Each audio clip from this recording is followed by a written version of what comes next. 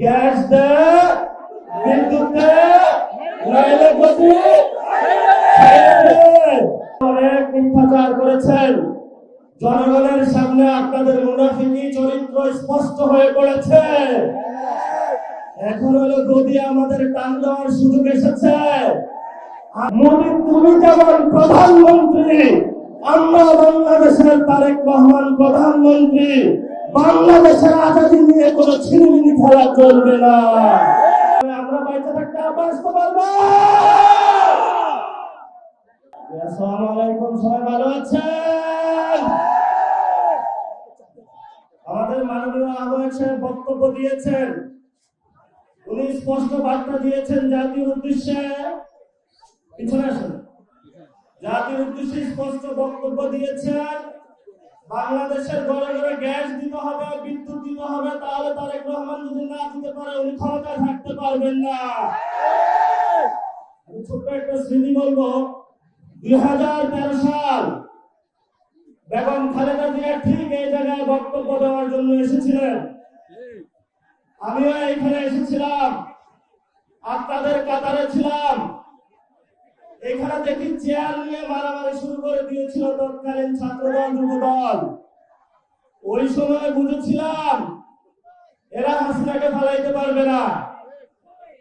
তখন আমরা ইনশাআল্লাহ পুরো বাংলাদেশে গুছানোর কাজ আরম্ভ করি। 17 বছর লেগেছে। সকল দল মিলে ফ্যাসিবাদী সরকারকে বাংলাদেশ থেকে বিতরণ করেছে। এখন আমরা শুনতে পাচ্ছি বাংলাদেশে নাকি আপাত টুক করে ঢুকে পড়বে। আমরা বাইরে থাকতে বাঁচতে পারবো। বাংলাদেশে যারা তরুণ প্রজন্ম রয়েছে, আপনারা সবাই ঐক্যবদ্ধ হন, বাসায় বাসায় যান।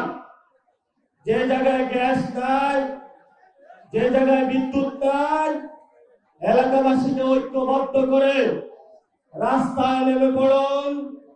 সরকার বলছে ভারত থেকে ডিজেল নিয়ে আসবে, তেল নিয়ে আসবে, ভারত আবার ইরান থেকে নিয়ে আসে। আমরা সরকারকে বলবো, সংসদে অনেক মিথ্যাচার করেছেন। জনগণের সামনে আপনাদের মুনাফিকি চরিত্র স্পষ্ট হয়ে পড়েছে। এখন হলো গদি আমাদের টান দেওয়ার সুযোগ এসেছে। আমরা স্পষ্ট জানিয়ে দিতে চাই, গ্যাস দে, বিদ্যুৎ দে, নইলে গদি তারেক রহমান গদি ছায়া দেন। যদি গদি টিকাইতে হয় বাংলাদেশে সংস্কার বাস্তবায়ন করতে হবে। বাংলাদেশে জ্বালানি সংকটের সমস্যা সমাধান করতে হবে। বাংলাদেশে ভারতের বিরুদ্ধে, অগ্রাসনের বিরুদ্ধে দাঁড়িয়ে চোখে চোখ রেখে বলতে হবে, মোদী, তুমি যেমন প্রধানমন্ত্রী, আমরা বাংলাদেশের তারেক রহমান প্রধানমন্ত্রী। বাংলাদেশের আজাদী নিয়ে কোনো ছিনিমিনি খেলা চলবে না। শেষ কথা বলবো, এখানে শহীদ ওসমান হাদির হাজার হাজার উত্তরসূরি দাঁড়িয়ে আছে। শহীদ ওসমান হাদির হত্যাকাণ্ডের বিচার পর্যন্ত আমরা কি মাঠ ছাড়ব? শহীদ ওসমান হাদির উত্তরসূরি নাকি ঘুমিয়ে আছে? আজাদীর লড়াই চলবে। সে লড়াই ঐক্যবদ্ধ হন। অতি সত্বর আমাদের বাংলাদেশে ঢাকা উত্তর সিটি কর্পোরেশন, ঢাকা দক্ষিণ সিটি কর্পোরেশনের মেয়র ঘোষণা হবে। অলরেডি ঘোষণা হয়েছে।